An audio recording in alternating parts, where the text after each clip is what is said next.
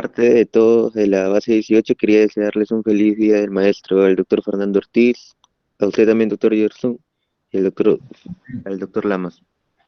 Feliz día. Perfecto. Bien recibido ese saludo a nombre de la promoción La Base 2018. Muchas gracias. Gracias, muy amable, gracias. No olvidar, Gerson, que tiene que colocar presente en el chat. Cierto, cierto. Chicos, por favor, colóquense presente en el chat. En la medida que esto ya está siendo grabado, todos debemos estar registrando nuestra asistencia. Es automático, simplemente digan presente, sale con su nombre. Muy bien, quiero saber si esta pantalla se está compartiendo.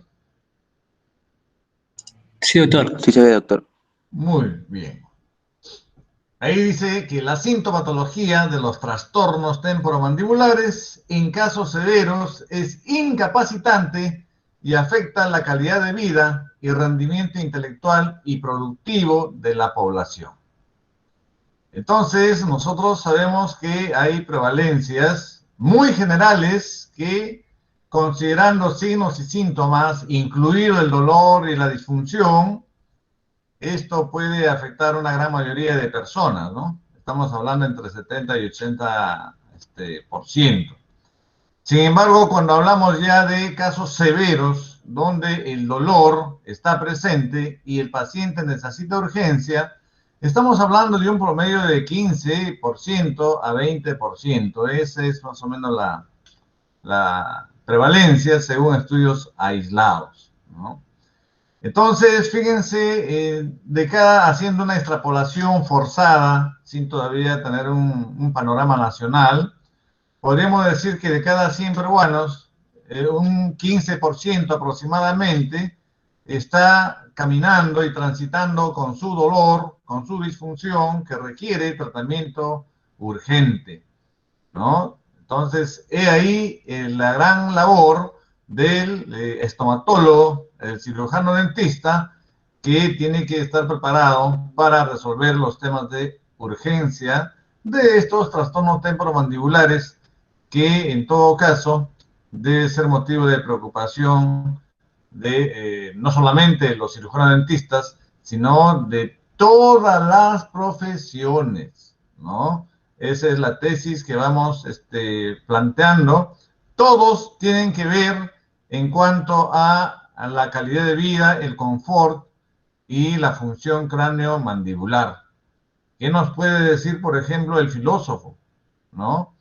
¿Qué nos puede decir el antropólogo, el sociólogo? Siempre van a tener algo que decir.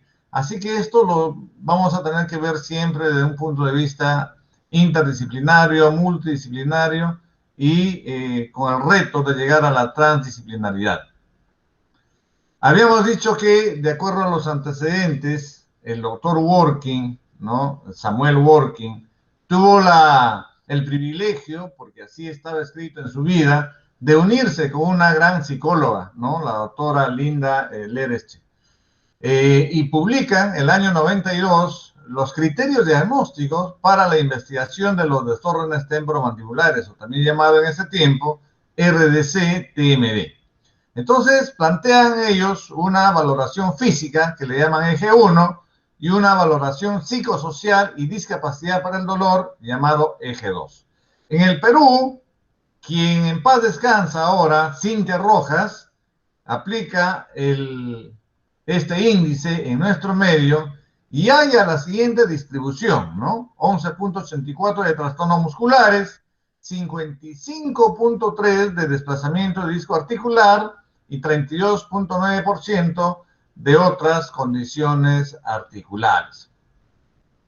Ya después que el año 2009, ¿no? El RDC-TMD, el consorcio, crea el nuevo criterio, ¿no? Pasan años de experimentación en cuanto a la investigación y ya se convierte en el criterio de diagnóstico de o para los desórdenes temporomandibulares llamado CDTMD, ¿no? Criterios diagnósticos de los trastornos temporomandibulares o DCTMD. El año 2016 Rocío Sihuay realiza en San Marcos la primera investigación aplicando este índice en nuestro medio, ¿no? Con la validación de juicio de expertos, y haya una prevalencia general de 68.6% de trastornos temporomandibulares. Entonces, hay necesidad de trabajar un panorama general. Rocío Sihuay correlaciona los síntomas del eje 1 y el eje 2 empleando este índice, ¿no? Y trabaja con 255 adultos de ambos sexos y aplica los criterios tanto de anamnesis y examen clínico que ustedes lo vienen aplicando. Ella halla una prevalencia, como mencionamos, del 68.6 y encuentra que el grupo etario con mayor prevalencia fue el adulto medio de 41 a 60 años con 27.3%. Según el género, las mujeres presentaron una mayor prevalencia con 73.9 con respecto al masculino, que presentaron un 54.9. Esas diferencias son significativas, ¿no? El 51% tuvo desórdenes de ATM, el 45.1% presentó desórdenes de la musculatura masticatoria y el 23.5% presentó cefalea atribuible a desórdenes temporomandibulares. Respecto al eje 2, se halla la siguiente prevalencia y asociación. El OR es un estadístico que mide la fuerza de la asociación de dos variables, ¿no? Entonces, dolor crónico encuentra 52.5%, un OR de 40.67, es decir, una alta asociación. La depresión se presenta en un 57.3%, un OR de 14. Ansiedad encuentra en 56.9%, el OR es de 15. Y la somatización, 68%, con un OR muy considerable de 21.82. El año 2017, San Marcos realiza una jornada, una de las jornadas históricas, ¿no? Justamente con la visita del doctor Eduardo Castellón Watanabe, de la Universidad de Aarhus, Dinamarca, y la doctora Yoli González Stucker, de la Universidad de Buffalo, Estados Unidos. Esta jornada se desarrolló en nuestra universidad con la participación importante del doctor Fernando Ortiz, quien por la amistad que tiene con ellos, logró que ellos pudieran venir acá al Perú y realizar este evento internacional.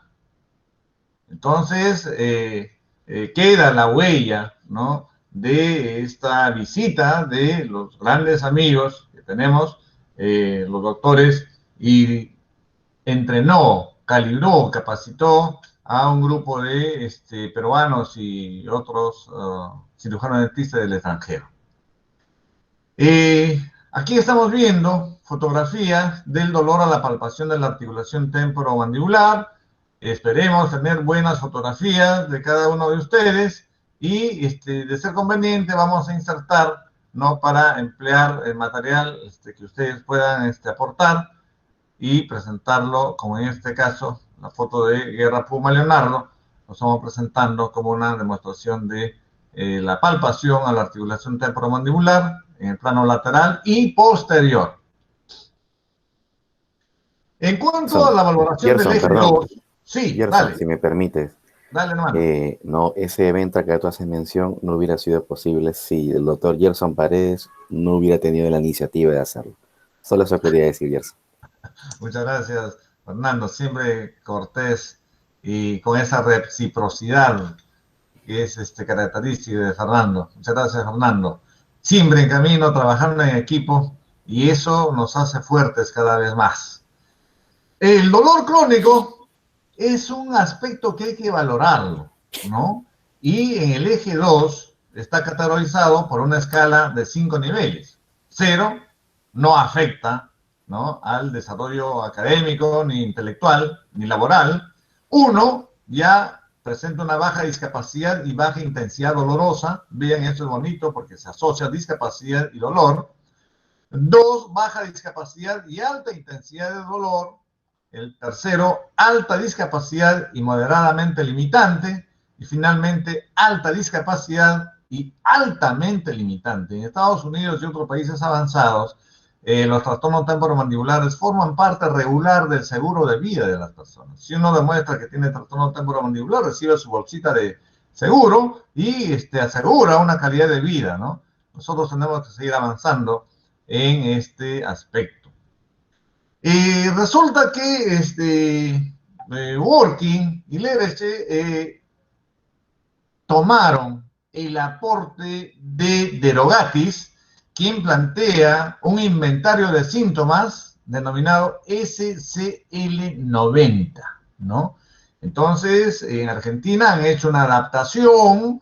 Nosotros tenemos el aporte que hiciera la doctora Yoli y todo el equipo de Schiffman y colaboradores.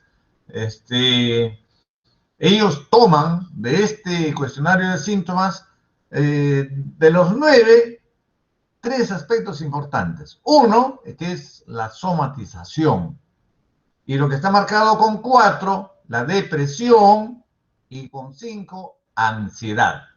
Obviamente hay otras formas, ¿no? Otros aspectos de medir. Ya ustedes pueden desarrollar estos aspectos porque también están las obstrucciones y compulsiones. ¿Por qué el apretamiento dentario y el bruxismo no puede ser considerado como un TOC, por ejemplo, ¿no? Entonces, la investigación en este campo está muy abierta, muy grande. Entonces, en el eje 2, cuando ustedes apliquen el cuestionario de síntomas para reconocer ansiedad, tenemos que definir que la ansiedad en este caso está definida por Derogatis como la presencia de signos generales de ansiedad tales como nerviosismo, tensión, ataques de pánico, miedos, etc. El nivel de ansiedad está categorizado en una escala ordinal de 3 niveles, es decir, 0, normal, 1, ansiedad moderada y 2, ansiedad severa. La ansiedad está relacionada con los trastornos agudos. Digamos, unos 6 a 8 meses de encuentro y desencuentro enfrentando los factores de riesgo y todas las consecuencias, ¿no?, de nuestro mecanismo de defensa. Pasado este tiempo ya se ingresaría a la cronicidad. Y entonces vamos a tener ya manifestaciones de la depresión, en la que el estado de ánimo ya se encuentra disfórico, uno va perdiendo la motivación, se va perdiendo la energía vital y los sentimientos de desesperanza empiezan a cundir en la mente y el espíritu de las personas. Inclusive ya empiezan a tener ideación suicida. Por eso es importante que nosotros estemos en este frente tratando de encontrar, ¿no?, la relación entre la depresión y los trastornos temporomandibulares para hacer la interconsulta necesaria. Igualmente aquí vamos a tener 3 categorías: normal, depresión moderada y depresión severa. En realidad son rasgos, ¿ya? Son rasgos que nosotros encontramos con estas herramientas. La somatización evalúa la presencia de malestares que la persona percibe relacionados con diferentes disfunciones corporales, sea cardiovasculares, gastrointestinales, respiratorios, de piel, dolores de cabeza, etc. La somatización, entonces, está categorizada igual en 3 niveles: normal, moderada o severa. Chicos, la somatización está en relación, ¿no?, con este experimento de Schrödinger, premio Nobel de Física, el año 1935, plantea un problema físico-matemático, cuántico. Y él plantea, pues, que encerrando a un gato en una caja y adentro cianuro y un mecanismo de cascada, el gato llega a morir. Pero también una probabilidad del 50% que el gato no muere. Esto generó toda una conmoción Y fíjense en esta noticia del 24 de enero del 2019, han recreado con éxito la experiencia del gato de Schrödinger en un laboratorio alemán, ¿no? Esta es la experiencia de esta reproducción. De lo que se trata es que ya ahora experimentalmente se puede tener un paquete de fotones en dos estados, es decir, luz viva y luz muerta a la vez, tal como se planteaba con el gato de 1935, de Erwin Schrödinger. Entonces, de lo que se trata es que las partículas atómicas o cuánticas, las partículas subatómicas, estarían girando para un lado y otros para el otro lado. Ya cuando hagamos resonancia magnética vamos a ver la importancia del giro, el spin se llama, ¿no? El giro. Entonces, esto está ocurriendo al mismo tiempo. Cuando uno abre la caja de Schrödinger, colapsa el sistema y o está girando para un lado o está girando para otro lado, se define. ¿A dónde voy con esto, chicos? Los somatizadores son aquellos que tienen ese alto potencial mental de convertir algo que no existe en algo existente. Quiere decir que ellos son los que cumplen la cuántica. Nada existe hasta que tú lo decides. ¿Cuántos han hecho COVID simplemente con la energía mental, con sus temores, ¿no? Con la paranoia? Y han hecho cuadros. O en todo caso han presentado condiciones favorables para que el virus pueda, pues, hacer su función, ¿no? Entonces, hay que estar atentos a los somatizadores. Quienes tienen alto puntaje canalizan poderosamente su energía mental y simplemente lo que hay que hacer nosotros es reorientarlos con ayuda profesional. Estos somatizadores son grandes mensajeros que todo es posible y pueden canalizar ya a orientar esa energía en cosas positivas.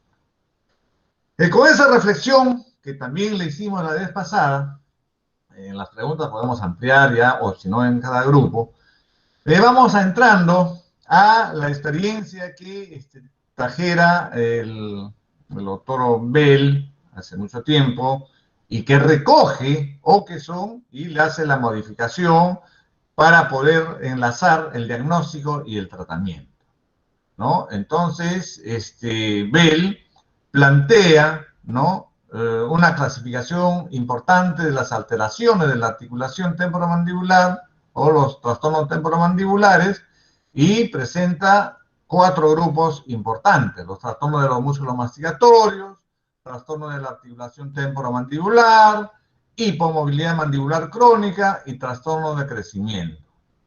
En el texto base que ustedes tienen de cabecera van a encontrar cómo maravillosamente Åkesson ya va planteando la relación cráneo-mandibular, desde los dolores de cabeza, también las manifestaciones ópticas. Esto es importante, ¿no? Hay manifestaciones ópticas porque en la articulación, en la zona retrodiscal, por ahí está pasando el nervio aurículo temporal, y también hay músculos que están relacionados con la sensación auditiva, el periestafilio externo, ¿no?, el tensor del velo del tímpano. Todos ellos, ¿no?, cuando entran en disfunción, esos músculos nos van a dar sintomatología auditiva. Vamos a tener disfunción masticatoria, ¿no?, dolor, puede haber acortamiento de los músculos masticatorios, otras manifestaciones, ¿no?, cansancio, etc. Vamos a tener manifestaciones periodontales, pulpares y dentarias. Todo un complejo de sintomatología. Y Åkesson mismo plantea una relación de equilibrio, por ejemplo. Una primera situación en que la persona, el individuo, no está presentando signos y síntomas, no está afectado. ¿Por qué? Por la adaptabilidad, ¿no? Que ahí juegan factores genéticos, biológicos, hormonales, otros. La concepción del mundo, cómo uno mira el mundo, es importante, por ejemplo. Y entonces Okeson plantea 5 grandes grupos etiológicos, ¿no? Diríamos nosotros factores de riesgo, en la que uno de ellos son los factores oclusales. Si hay relación con la oclusión, con el sistema estomatognático, el cirujano dentista está llamado a resolverlo. Pero si no, tenemos que dar paso a otros profesionales de la salud. Entonces, tenemos que ver también los traumatismos, ¿no? Que pueden ser macrotraumas, caídas, golpes, básquet, codazos, etcétera. Pueden influir en los trastornos temporomandibulares, o como los microtraumas también, cuando la parafusión empieza a minar ya el comportamiento del individuo, ¿no? Puede ocasionar problemas temporomandibulares en la medida que haya también inestabilidad oclusal, inestabilidad articular. Esto ya puede ir mellando la adaptación de las personas. El estrés emocional es otro grupo de riesgo, un factor etiológico, en la que el hipotálamo, el sistema reticular ascendente, el sistema límbico juegan un rol importante porque está ligado con la vida emocional de las personas. Entonces, el estrés emocional nos va a plantear inclusive la relación entre el sistema gamma eferente que ustedes estudiaron en la oclusión 2, ¿no? Cuando estudiaron el uso muscular y vieron que no solamente las fibras extrafusales, el sistema gamma tenía que ver con la contracción muscular, sino aquí va a aparecer con mucha fuerza, ¿no? El sistema gamma eferente, que partiendo de las células piramidales de Best va a afectar al núcleo motor y uno va a estar haciendo apretamiento, pero subconsciente, ¿no? Y eso va a sumarse a alguna situación local que podría estar mostrando las motoneuronas alfa, ¿no? Entonces el sistema simpático también va a jugar un rol importante en lo que corresponde al estrés emocional. Todo esto es un gran capítulo, simplemente es una motivación. Vamos a tener también como factores causales los estímulos dolorosos profundos, es decir, estructuras articulares, llámese articulación, periodonto, pulpa, músculo, ligamento, todo lo que pueda generar un dolor va a repercutir en los trastornos temporomandibulares. La parafunción, o que son, Bell, le da un rol importante, ¿no? La parafunción ya es lo que no es funcional. Funcional sería la alimentación, el beso, la sonrisa, la palabra, todo eso, y eso no es dañino. Pero en cuanto uno empiece a hacer contacto dentario, para desfogar obviamente las emociones, pero eso es inconsciente, ya empieza el desequilibrio, ya empieza la activación de unidades electromiográficas de los músculos y puede empezar el camino de la disfunción. El apretamiento dentario, el frotamiento dentario, el hecho de chuparse los dedos o morderse las uñas, morderse los labios, morder el lápiz, el lapicero, es decir, hacemos otros usos, masticamos chicle, etcétera, va a jugar un rol, creo yo, también muy importante en el origen de los trastornos temporomandibulares. Muy importante este esquemita. Aquí está, por ejemplo, estoy señalando la motoneurona gamma, que son intrafusales. Estas gamma, ¿no? Van a ser pues altamente contráctiles, pequeñitos pero picantes. A diferencia de este sistema que va a estar en relación a los contactos oclusales, a las guías oclusales, las extrafusales, ¿no? Pero estas gamma va a estar en relación con el mundo emocional, el sistema reticular ascendente, nuestra calidad de sueño, nuestra vida emocional, cómo tomamos los fracasos, ¿no? Relativos, cómo lo enfrentamos, va a determinar también una situación causal en los trastornos temporomandibulares. Cuando la adaptación baja, es decir, nos descuidamos de sonreír, de tener una actitud positiva, entonces un simple factor como una resina elevada puede ¿no? Puede generar cierta molestia, ¿no? O puede presentar que los músculos se pongan en tensión, en alerta, ¿no? La cocontracción protectora puede ir empezando. Entonces, este esquema nos presenta esa relación y la posible desadaptación cuando la adaptabilidad, la variabilidad de las personas, ¿no? Cambia y entran en juego los factores etiológicos. Ahí el individuo va a desarrollar sintomatología. Primero será subclínica, luego vamos a tener una sintomatología clínica. Así que nosotros tenemos que estar listos para el diagnóstico precoz de los trastornos temporomandibulares. Qué hermoso cuadro aquí, por ejemplo, cuando se plantea ya la relación con el tiempo, ¿no? Hay trastornos agudos y hay trastornos crónicos. Todo esto también va a estar poniendo a prueba el mecanismo de defensa.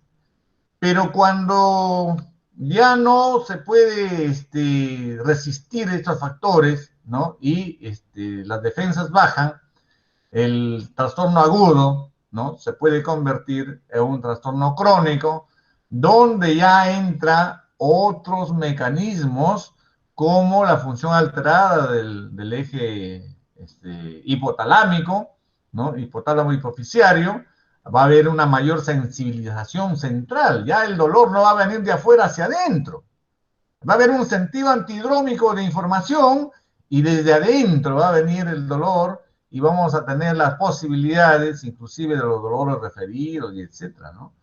Va a haber una menor inhibición descendente, eso es parte de la baja de defensas. Entonces entramos a el reto ya de enfrentar los trastornos crónicos como el dolor miofacial, la fibromialgia, alteraciones del sueño. Aquí Jennifer Vázquez ha hecho una bonita tesis sobre calidad de sueño utilizando el índice de Pittsburgh y los trastornos temporomandibulares utilizando el RDC-TMD.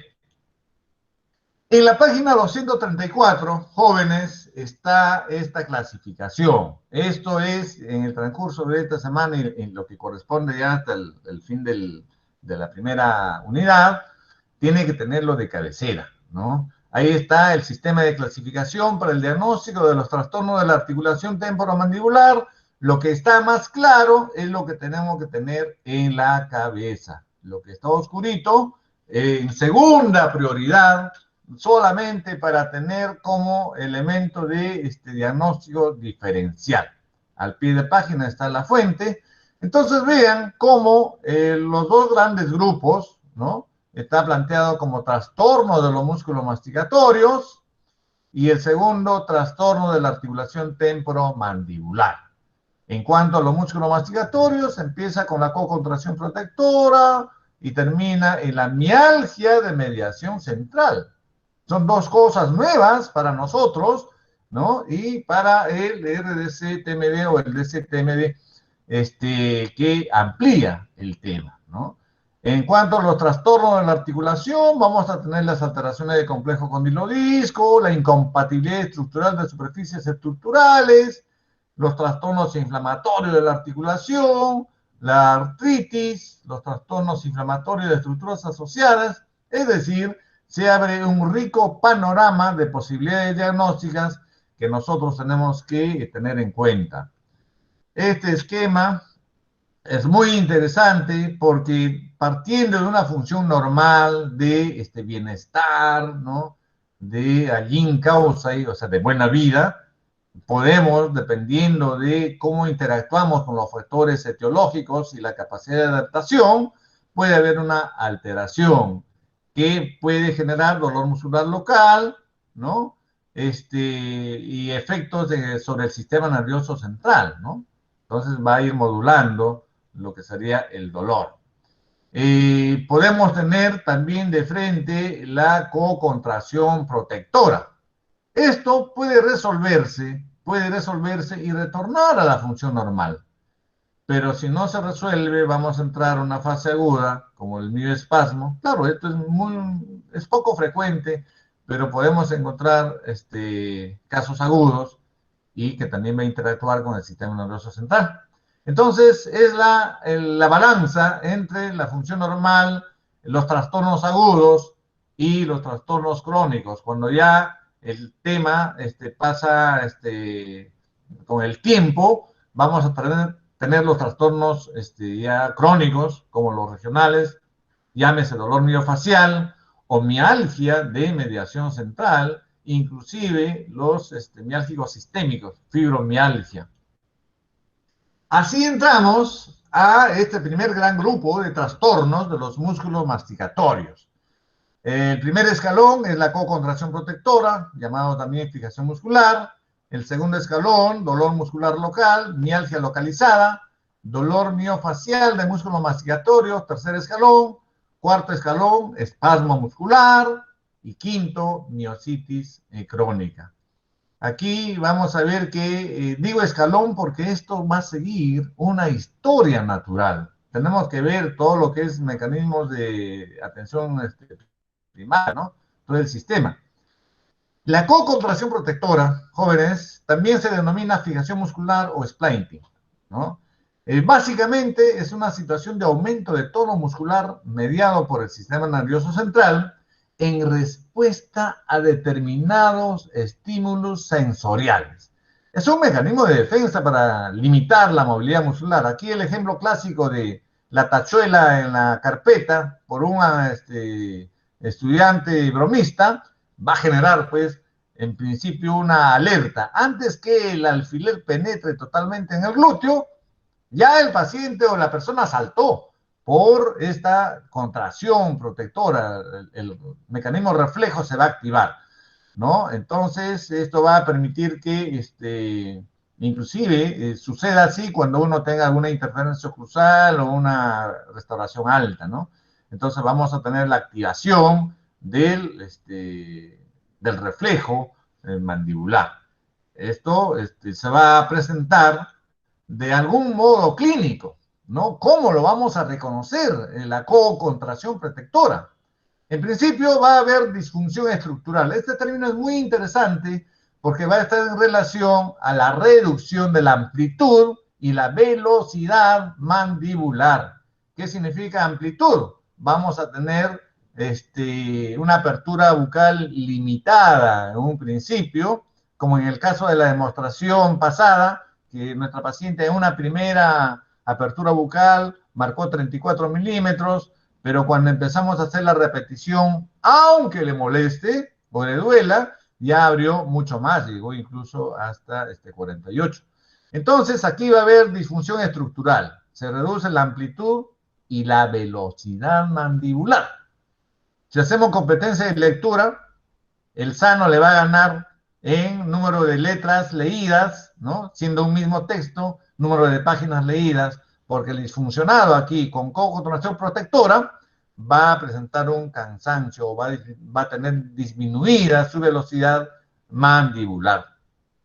Va a haber ausencia de dolor en reposo, puede haber aumento de dolor con la función y el paciente nos va a manifestar una sensación de debilidad muscular o cansancio. De esta manera reconocemos nosotros la cocontracción protectora, ¿no? Vean, por ejemplo, la desviación corregida que nosotros encontramos en el DCTMD, va a ser una de las manifestaciones de la cocontracción protectora, ¿no? La limitación de la apertura bucal también, las irregularidades del movimiento mandibular, no solamente en la apertura, la limitación en las lateralidades. ¿Cómo lo reconocemos? Con un énfasis lateral, es decir, forzamos, ¿no? Es una apertura asistida o una lateralidad asistida,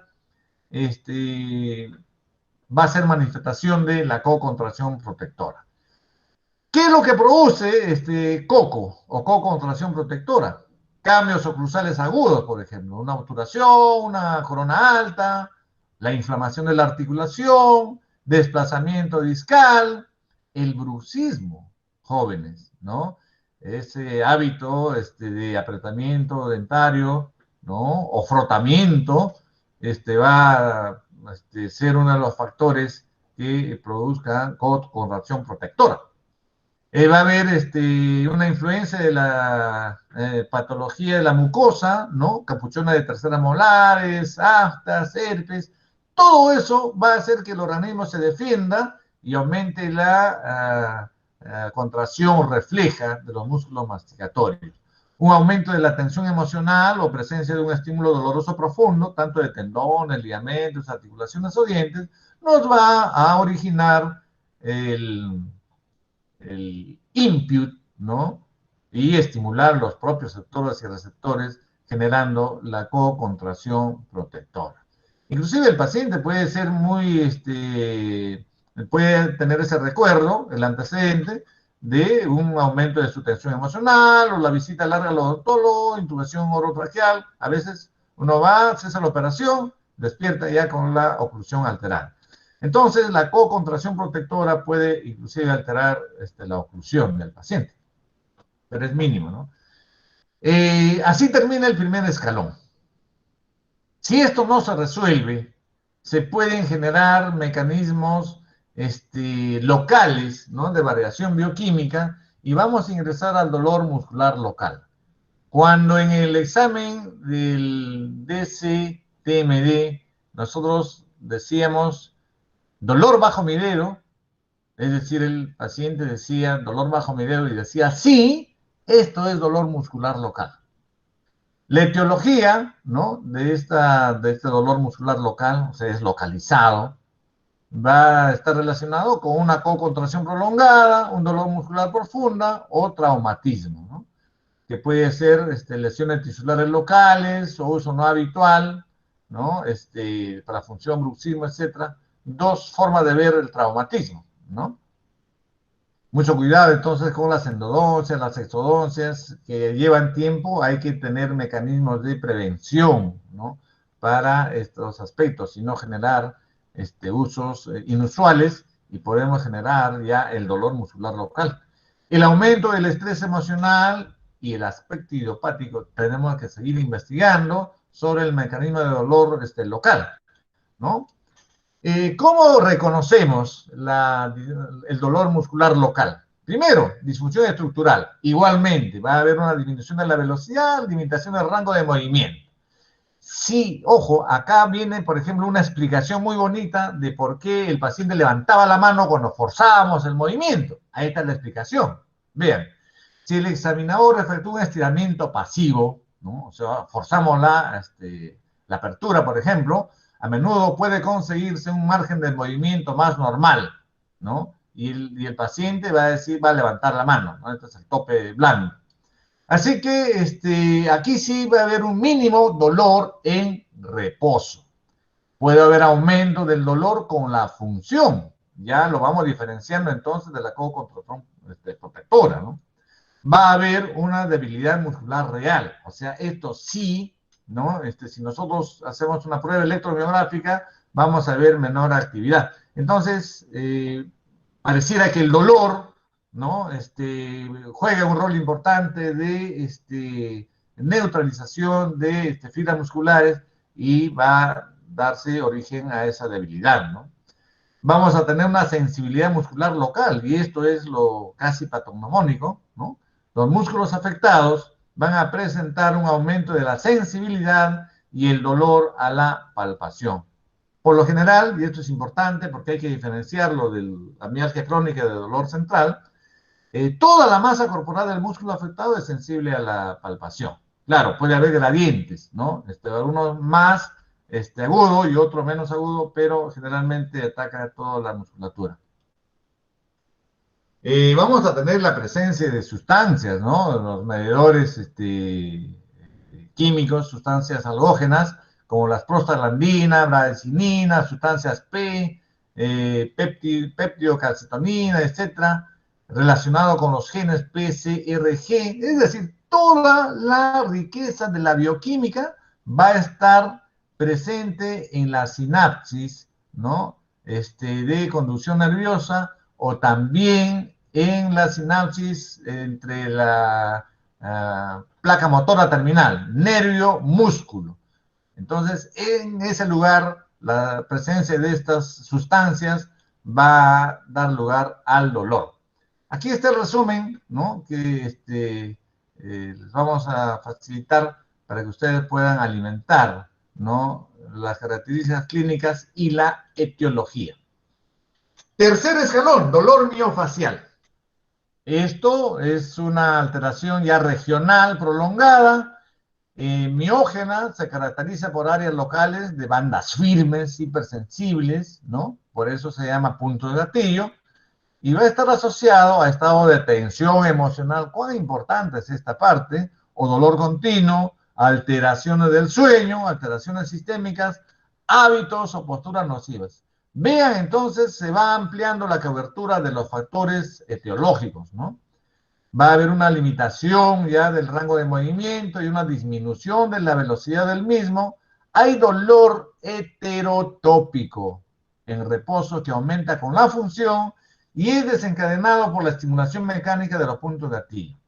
Resulta que a nivel ya de el tronco cerebral, ¿no? Las vértebras cervicales y todo lo que, los nervios cervicales, todo lo que alimentaría, por ejemplo, el trapecio, músculos del cuello, etcétera, va a tener una conexión con el 10º par, el 9º, el 7º y el 5º par, ¿no? Más adelante la vamos a ver. La etiología es amplia.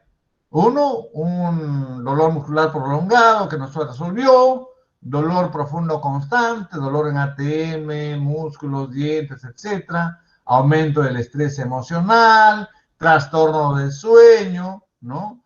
Factores locales como hábitos, postura, las distensiones ergonómicas, el frío, pueden influir en el dolor miofacial. Factores sistémicos, ¿no? La desnutrición, la hipovitaminosis, el mal estado físico, fatiga, infecciones víricas. También contribuye con el dolor miofacial. Mecanismo de punto gatillo idiopático. No se conoce todavía este tema del dolor. Vallejo se hace presente. Hermanos, hay mucho que hacer. ¿Cómo reconocemos? Primero, disfunción estructural. Disminuye la velocidad, la amplitud de los movimientos. 2, dolor en reposo, ¿no? Pero este dolor es especial porque va a haber un dolor heterotópico, un dolor que se expande, ¿no? En el caso del dolor miofacial propiamente dicho, y un dolor heterotópico cuando ya estamos ante un caso de dolor miofacial con patrón referido, ¿no?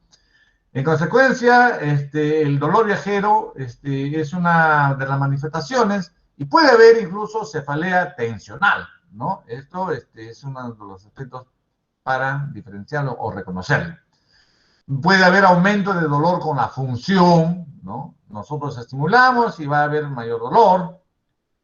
La presencia de los puntos de gatillo, es decir, la palpación del músculo va a revelarnos unas bandas duras, hipersensibles, que va a presentar un dolor exquisito, ¿no? Estas 4 características nos van a manifestar ya el dolor miofacial.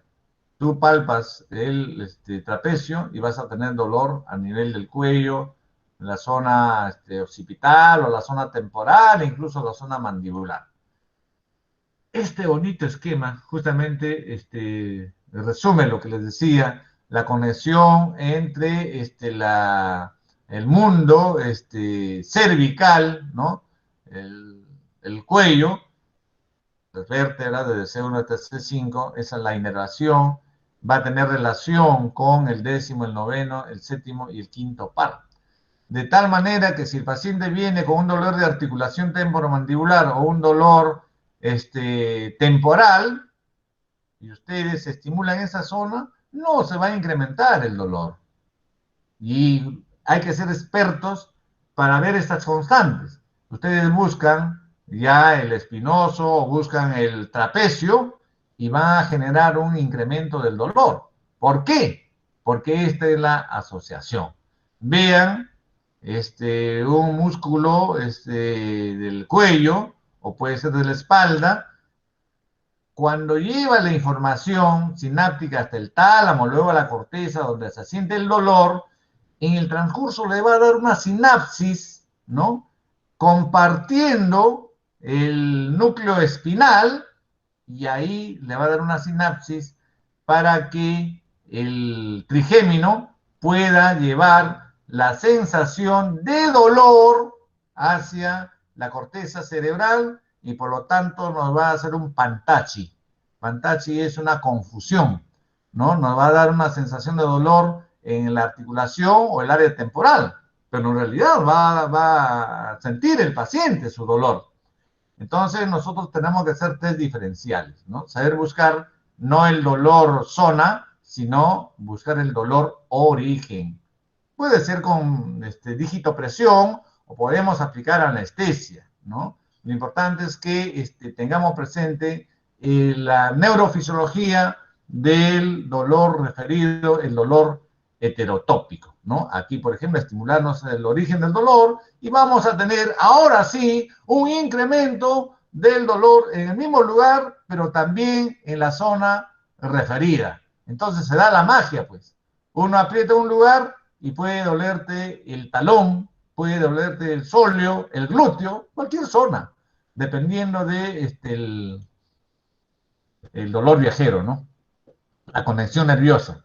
Vean cómo un dolor a nivel del fascículo yugal o fibras anteriores del temporal puede dar una odontalgia en el incisivo central maxilar que el paciente va a estar exigiendo que le hagan la curación o la endodoncia. ¿Ah? Y estos pacientes, ojo, son obsesivos, ¿ah? Y son manipuladores con mucho cariño, ¿no? Mucho cuidado con esa trampa. Podemos también tener dolor a nivel de premolares, ya cuando estimulamos las fibras oblicuas, ¿no? Y cuando vamos yendo a una zona posterior, también las zonas, las molares van siendo estimuladas, ¿no? Una mayor zona posterior va a tener una proyección hacia atrás y arriba de la zona temporal. Vean, ya la estimulación del cuerpo del macetero superficial va a dar odontología maxilar. Y acercándonos hacia las inserciones, vamos a tener no solamente dolor dentario, sino también supraciliar. Es decir, estimular nosotros músculos, ya sería el tiroideo interno, y vamos a tener una manifestación preauricular. ¡Qué maravilla! Y si ustedes estimulan el digástrico, las fibras anteriores, van a tener dolor heterotópico a nivel de los incisivos centrales inferiores. ¿Cuántos hemos tenido dolor de cabeza?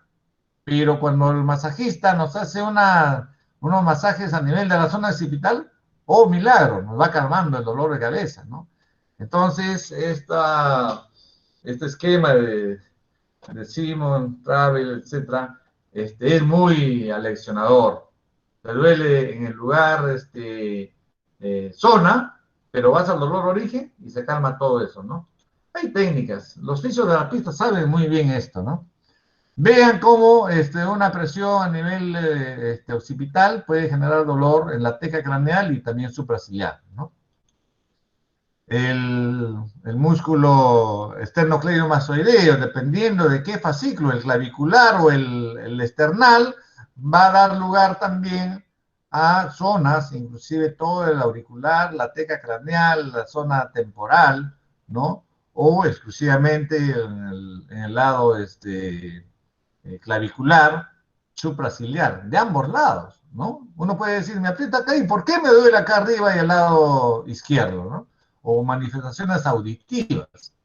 Vean, maravilloso esto, parece que es una constante, ¿no? El trapecio y su relación con todo el área cervical, el área occipital y el área temporal. Entonces sí hay relación, pues, ¿no? Hay relación, hay conexión entre los nervios cervicales y todos los pares craneales, ¿no? Es un mundo apasionante todo esto.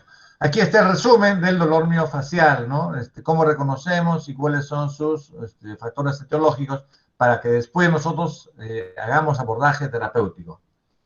El espasmo muscular son los calambritos, como les decía, los calambres de la musculatura masticatoria. No es tan frecuente, pero es una contracción muscular tónica producida por el sistema nervioso central, no es un trastorno inflamatorio. Cuando ocurre, va a haber cambios agudos en en la oclusión, ¿no? Aquí sí va a haber afectación de todas las unidades motores y por lo tanto va a ser muy doloroso, ¿no? Bastante doloroso. Es lo que se llama un calambre muscular. Se pensaba que había una hiperactividad muscular, pero en realidad no hay, ¿no? Más bien disminuye. Entonces, por lo tanto, tenemos que reconsiderar nuestros conceptos, ¿no? Simplemente el mioespasmo es un aumento de la contracción muscular muy dolorosa que va a cambiar la oclusión en cuanto se afecte el músculo pterigoideo externo, por ejemplo, ¿no? Ya sea superior o inferior. Recuerden que el inferior dispara la apertura bucal. Entramos a la mialgia de mediación central, la mialgia crónica, ¿no?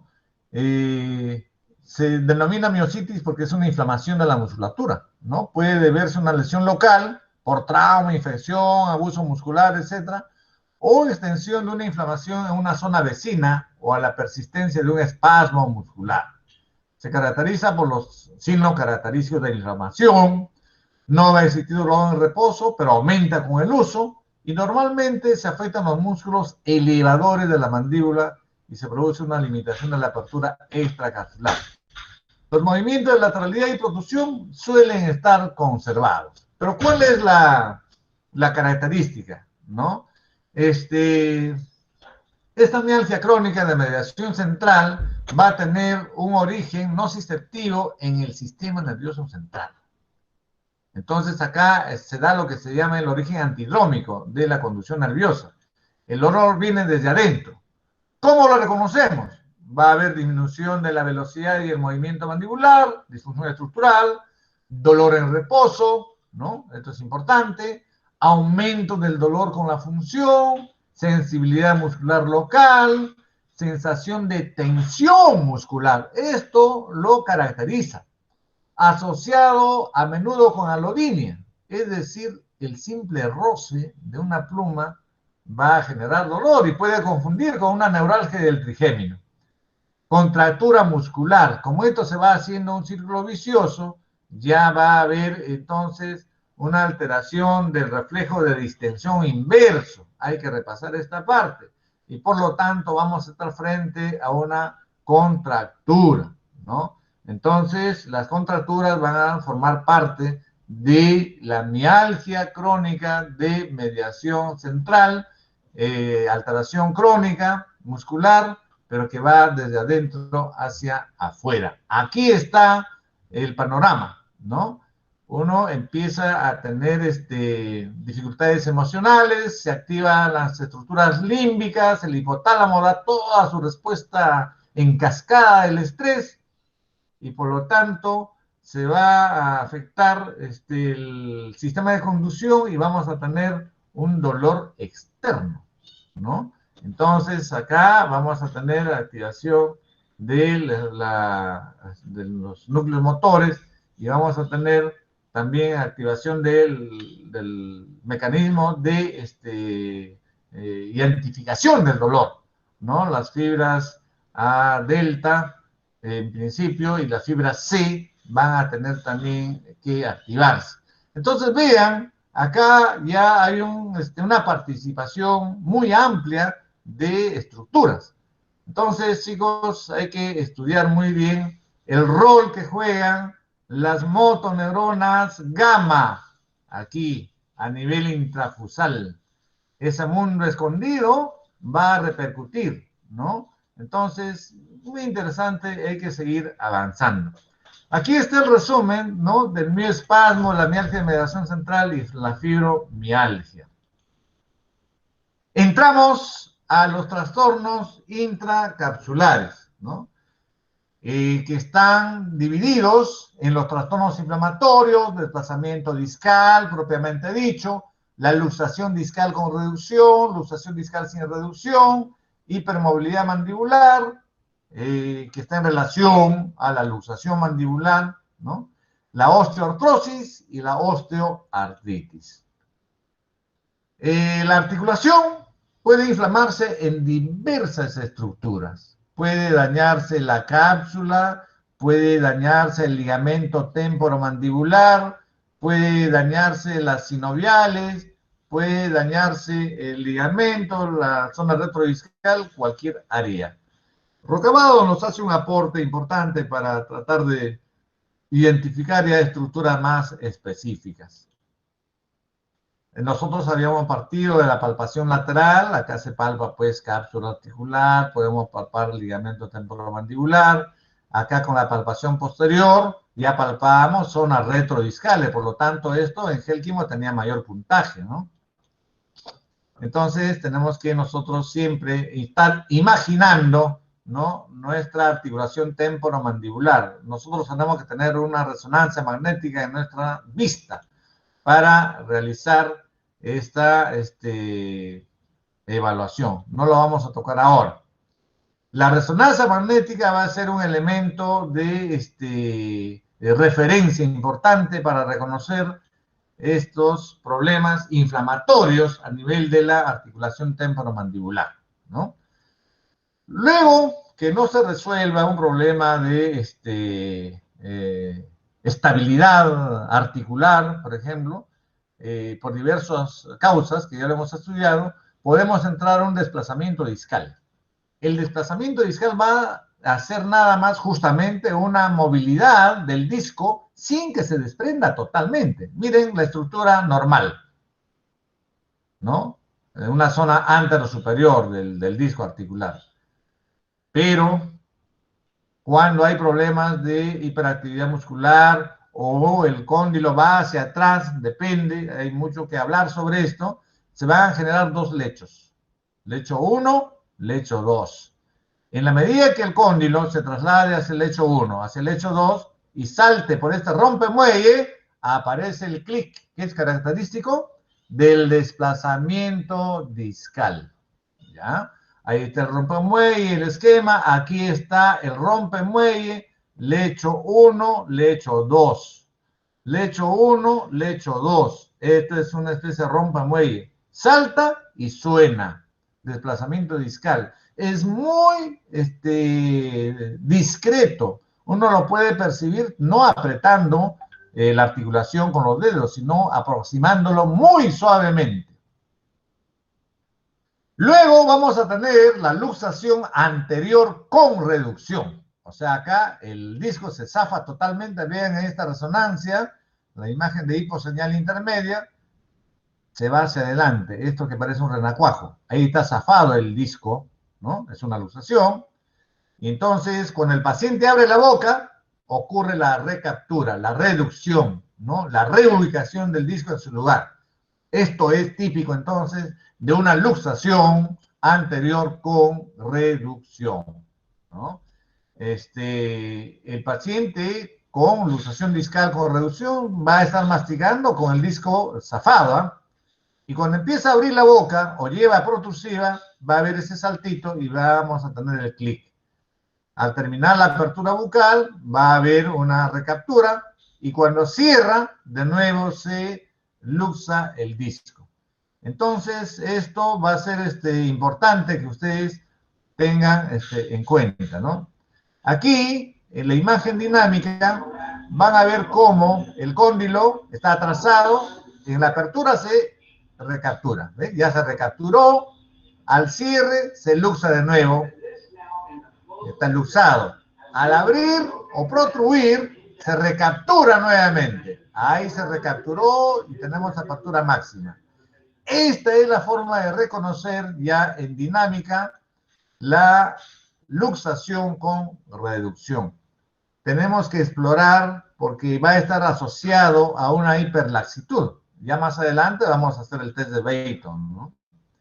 Chicos, la línea media craneal se altera cuando hay luxación discal. Vean aquí en la ATM derecha del paciente un espacio articular normal. En cambio acá, en la izquierda, espacio articular disminuido. Obviamente, la línea media craneal se va a desnaturalizar y se va a correr toda la mandíbula hacia el lado afectado. Cambia. Hagan ustedes una ortodoncia o hagan ustedes una rehabilitación aquí. El paciente va a botar su plata por gusto. Vean entonces cómo en el lado derecho superior de ustedes o del paciente, aquí donde está el cursor, tengo una especie de desplazamiento. En cambio acá tengo ya una luxación. El disco está fuera de su lugar. Pero con un buen diagnóstico y apelando a los dispositivos reposicionadores, puedo hacer volver el disco a su lugar. Vean aquí abajo, maravilla de reubicación. Aquí también el disco va a mejorar su posición, ¿no? Entonces esto existe y es posible controlarlo verificarlo con la resonancia magnética. Igualmente aquí el disco está tirado hacia medial, vean el disco, ¿no? Aquí también está tirado hacia la zona anterior. Entonces nosotros podemos reubicar, aquí abajo está reubicándose, de una zona desplazada del disco, podemos reubicar el disco, ¿no? Entonces eso existe. De grandes y chicos pueden tener. Vean nada más cómo se desplaza la línea media craneal. Hacia donde se va la línea media craneal va a ser la luxación. En este caso yo sospecho del lado izquierdo, ¿no? Y vean cómo va a estar limitada la apertura bucal. ¿Cuánto tiene aquí? No tiene ni 16 milímetros de apertura y duele mucho. Ustedes fuerzan y va a doler, ¿no? Esto ya es una luxación discal sin reducción. Cuando no se puede reubicar, es muy doloroso. Entonces se llama luxación discal sin reducción. Ya, sin reducción. Vean la presencia de agua, ¿no? Estas áreas de hiperseñal muy claras van a indicar presencia de agua, ¿no? Entonces vean cómo va a cambiar el espacio articular en una articulación normal, en una articulación con disco luxado. Tenemos que apelar ya a maniobras de reubicación. Si esto es agudo, pasó ayer o anteayer o hace una semana, yo puedo reubicar mediante maniobras el disco a su posición normal. Y luego ya puedo apelar a un mecanismo, un dispositivo de adelantamiento mandibular y mantengo la posición ganada, que tengo que verificarlo con la resonancia magnética. Entonces, hemos demostrado una luxación anterior con reducción. Pero, ¿qué va a pasar si el disco, ven aquí esta bichuela, está zafado, ha pasado mucho tiempo, y cuando el paciente abre la boca, ¿ustedes creen que va a haber reubicación? No. El disco más bien se curva, se va y le saca la lengua al córneo mandibular. No me atrapas, le dice, ¿no? Entonces, vean, ante la apertura máxima no va a haber reducción. Diagnóstico, luxación anterior sin reducción. Acá se va a deteriorar el disco articular, ¿no? El disco va a estar siempre adelantado. Y a pesar que uno haga la apertura bucal, no va a haber reposición, al contrario, se va a doblar y deformar el disco articular. Esta es la dinámica de una luxación discal sin reducción.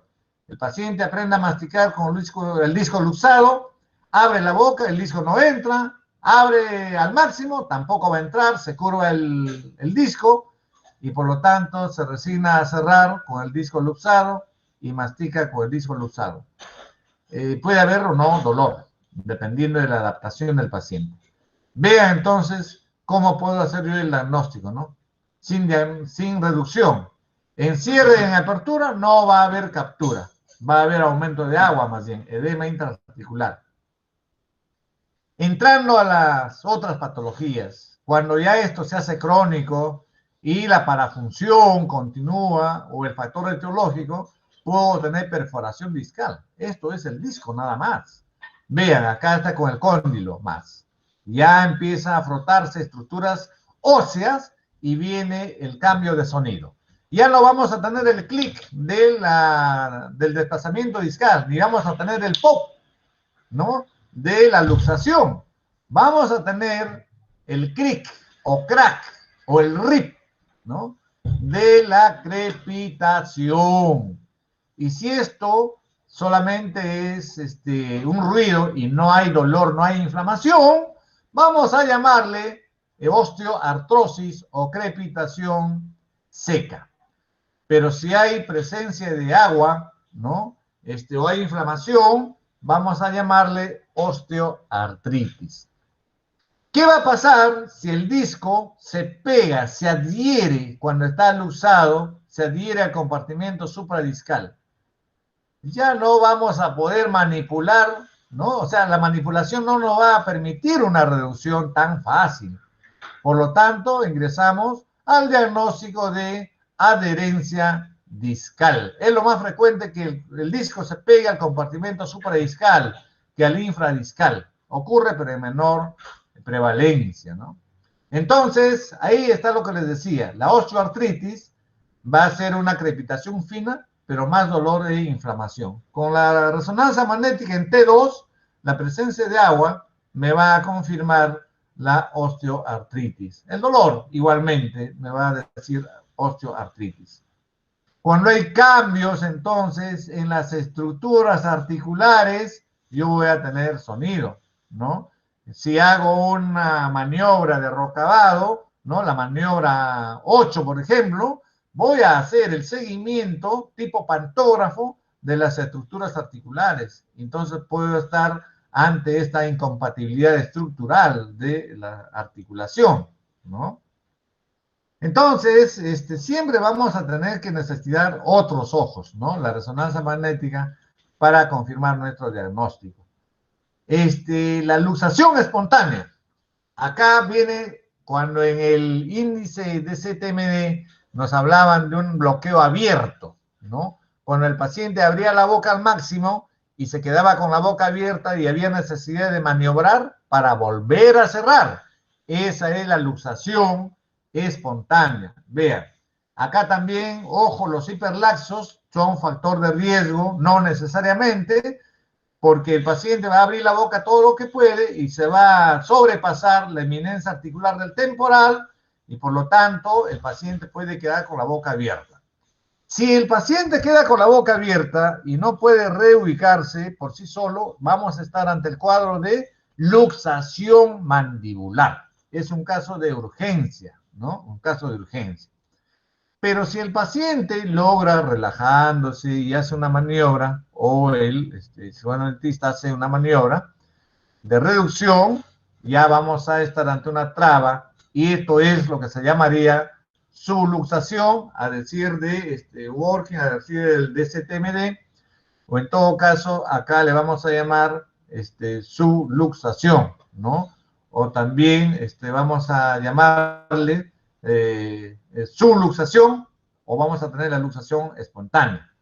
Así que chicos, esto es un viaje muy rápido, es un pantallazo, hay que leer el texto, digo que son repasar el DCTMD y seguir estudiando las lecturas complementarias que nos dan nuestros profesores y ampliar esta información porque aquí está el reto, ¿no? Conociendo el diagnóstico, la sintomatología y la etiología, yo puedo entrar ya a hacer el tratamiento, ¿no? Entonces, aquí creo que Vallejo se quedó chico porque él decía, hermanos, hay mucho que hacer. Nosotros diríamos que todo está por hacerse, ¿no? Entonces, voy a dar lugar a algunas preguntas. Si es que alguna duda, alguna reflexión, algún aporte, colegas. ¿Qué dicen, chicos? Gerson. Dame, Fernando, adelante. ¿Cómo estás? Fernando, dale. Como te adelanté, ya tengo que también estar en otra actividad. Y solo quería comentarte de que en el caso de lo que tú siempre lo expresas claramente, sería bueno, yo no sé hasta qué medida, que todos puedan repasar también la fisiología y el uso neuromuscular, porque es la base importante de todo lo que has explicado el día de hoy. Y sobre todo que nosotros hemos experimentado en el transcurso de los años 3 modelos de dolor. Tú has presentado un esquema de Travel ahí, como el dolor de hombros, esa es la teoría clásica del círculo vicioso, ¿no? Hay otro que es el modelo adaptativo, y el último de Murray, creo que es del 2007, creo, donde ya habla de la parte emocional, de la parte motivacional, y una frase que la escuché hace algunas semanas al doctor Steve Bender. Steve Bender trabaja con Okeson, pero Steve Bender ve la parte más que nada de dolor y sueño.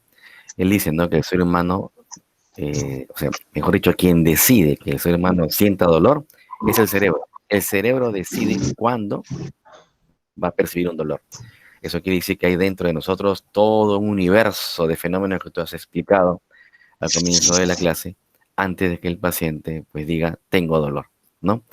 Bueno, esa era la reflexión que te quería hacer, eso. Muchas gracias. Interesante, Fernando. Muchas gracias. Y me despido, ¿ya? Un fuerte Bien, abrazo a feliz todos. día, síguela pasando bonito. Ahí con... Sigamos celebrando en el ejercicio de la docencia. Permiso, Sí. buenos días. Gracias, Fernando. Muy bien, ¿algún otro aporte, una pregunta, chicos? Ya estamos a finales de esta bonita clase, porque uno tiene que gozarla, pues, ¿no? Si no la gozas, no está bien. Hay que gozarla. ¿Qué dice José Mar? ¿Qué dice la Junta? ¿Qué dicen algunos chicos? A ver, una palabra de ustedes y nos despedimos.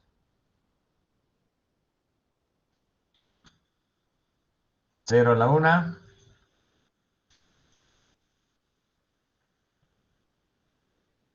A las dos. Doctor, buenos días. Nada Buenos días. Bueno, quería decirle que he escuchado toda la clase y en verdad creo que es la clase que más me llama la atención por el hecho de que yo también, o sea, tengo algunos dolores musculares y de ATM, y creo que eso me va a ayudar bastante para poder internalizar también las teorías y todo, porque me va a preocupar también por esa parte. Y por otro lado, pues quería felicitarlos a todos ustedes por su labor que hacen como docentes, que en verdad es un gran trabajo, porque es buscar la metodología para que nosotros podamos entender, para dedicarse ahora, como todo es digital, a hacer PPTs, PDFs o algún video que nos presenten para que nosotros lo podamos ver de manera más dinámica, ya que no podemos estar en la facultad, ¿no? Y practicar ahí, poder interactuar.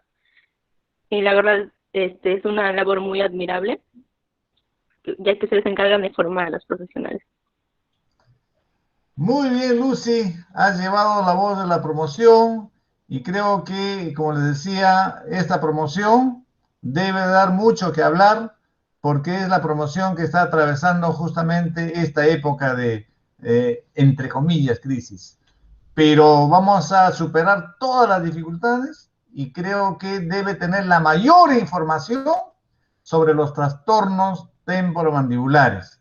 Así que sáquenos el jugo en las prácticas, lean, aplíquense en ustedes mismos o en el hermano, en el tío, en el papá y vamos a lograr cumplir las metas de conocer este mundo apasionante de los trastornos temporomandibulares, que no solamente ve la parte biológica, sino mental, social y espiritual. Un abrazo, chicos, y hasta la próxima oportunidad.